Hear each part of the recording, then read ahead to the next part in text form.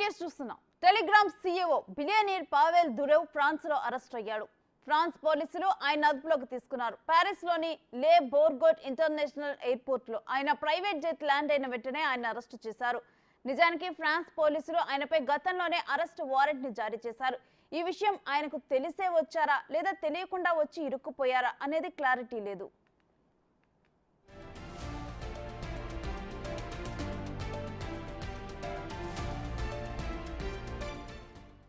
అయితే ఈ అరెస్టుపై ఫ్రాన్స్ పోలీసులు గవర్నమెంట్ ఎలాంటి స్టేట్మెంట్ ఇవ్వలేదు. ఇటు టెలిగ్రామ్ కూడా ఎలాంటి ప్రకటన చేయలేదు. అయితే రష్యన్ గవర్నమెంట్ మాత్రం ఓ స్టేట్మెంట్ ను రిలీజ్ చేసింది. ఈ విషయాన్ని తాము ధృవీకరించుకునేందుకు ప్రయత్నిస్తున్నామంది.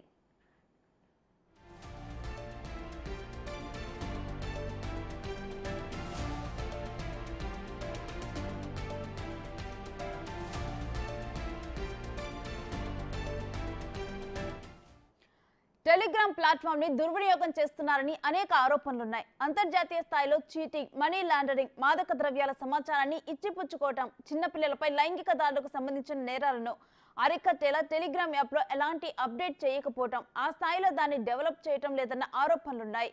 అందుకే ఆయనపై వారెంట్లు జారీ అయ్యాయి. అప్పటి నుంచి ఆయన ఫ్రాన్స్ లో అడుగు పెట్టలేదు.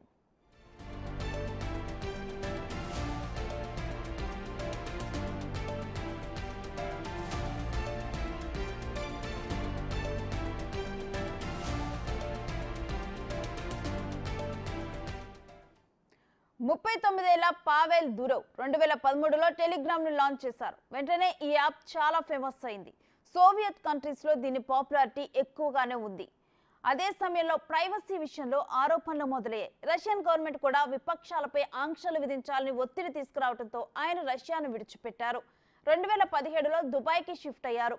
ఆ తర్వాత 2021లో ఫ్రెంచ్ పౌరసత్వం తీసుకున్నారు.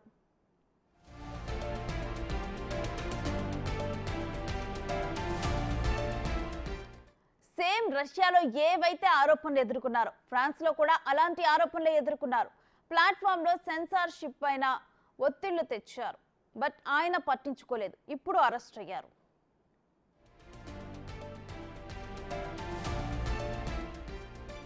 ఇక ఇదే అంశానికి సంబంధించిన డీటెయిల్స్ మా ఢిల్లీ ప్రతినిధి శివ అందిస్తారు. శివ, టెలిగ్రామ్ సీఈఓ అరెస్ట్ పై డీటెయిల్స్ ఏంటి?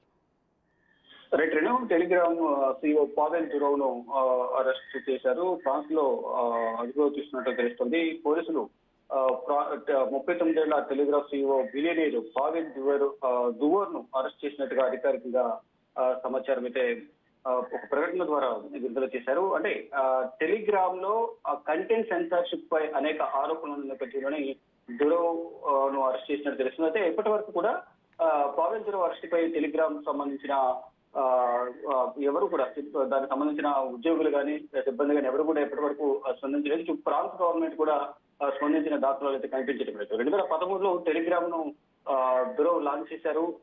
తర్వాత 2014లో రష్యా ప్రభుత్వ ఒత్తిడితో దేశాన్ని వీడిన దురేవ్ 2021లో ఫ్రాన్స్ సిటిజన్షిప్ తీసుకుని అక్కడే ఉన్నారు. గతంలోనే దురేవ్ పై అరెస్టు వారెంట్ కూడా జారీ చేశారు. అయితే అక్కడ సెన్సార్ చేయడం లేదు. ఏదైతే టెలిగ్రామ్ లో చేసే న్యూస్ ఏదైతే ఉంటుందో దాన్ని సెన్సార్ చేయకుండానే దాన్ని టెలికాస్ట్ చేస్తున్నారని ఒక ఆరోపణలు అయితే ఎదుర్కొంటున్నారు. దాంతో భాగంగానే అంటే ఈ ప్రపంచంలోనే దగ్గర సోషల్ మీడియా ప్లాట్ఫామ్ లో టెలిగ్రామ్ కూడా ఒకటి. Facebook, WhatsApp, YouTube, Instagram, TikTok, Snapchat లతో పోటీగా టెలిగ్రామ్ కూడా చాలా దేశాల్లో మంచి ఆదరణ ఉంది.